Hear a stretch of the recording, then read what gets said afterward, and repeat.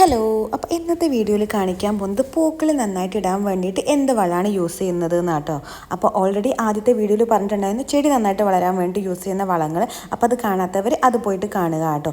അപ്പോൾ ഇപ്പോൾ നമ്മൾ കാണിച്ചു തരാൻ പോകുന്നത് ചെടികൾ നന്നായിട്ട് പൂക്കൾ ഇടാൻ വേണ്ടിയിട്ട് എന്തൊക്കെ വളങ്ങളാണ് യൂസ് ചെയ്യുക എന്നുള്ളതാണ് ഈ ഒരു വീഡിയോയിൽ കാണിക്കുന്നത് കേട്ടോ. അപ്പോൾ ഓൾറെഡി നമ്മൾ 1 വീക്ക് മുന്നേ തന്നെ മറ്റു വളങ്ങളൊക്കെ ഇട്ട് സെറ്റ് ചെയ്തതാണ്. അപ്പോൾ ഇനി ഓരോ ചട്ടിയിലും ഇതുപോലെ മണ്ണൊക്കെ ഇളക്കി സെറ്റ് ചെയ്ത് റെഡിയാക്കുന്നുണ്ട് കേട്ടോ. ഇങ്ങനെ ചെയ്തതിന് ശേഷമാണ് നമ്മൾ വളങ്ങൾ യൂസ് ചെയ്ത് കൊടുക്കേണ്ടത്. അപ്പോൾ വളങ്ങൾ യൂസ് ചെയ്ത് കൊടുക്കുമ്പോൾ ശ്രദ്ധിക്കേണ്ട കാര്യം എന്താണെന്ന് വെച്ച് കഴിഞ്ഞാൽ നമ്മൾ ഇത് 1 ടീസ്പൂണാണ് ഒരു ചട്ടിയിൽ യൂസ് ചെയ്യേണ്ടത് കേട്ടോ.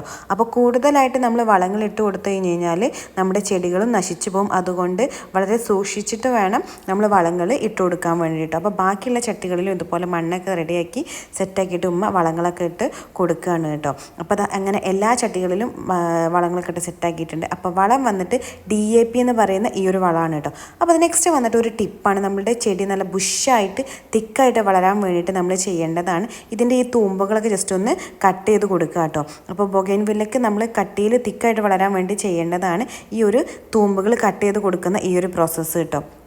അപ്പോൾ ഇതുപോലത്തെ വീഡിയോ ഇഷ്ടപ്പെടുകയാണെന്നുണ്ടെങ്കിൽ ലൈക്ക് ചെയ്യുക, ഷെയർ ചെയ്യുക, സബ്സ്ക്രൈബ് ചെയ്യുക കേട്ടോ. അപ്പോൾ പുതിയൊരു ടിപ്പുമായിട്ട് അടുത്ത വീഡിയോയിൽ കാണും വരെ ടാറ്റാ.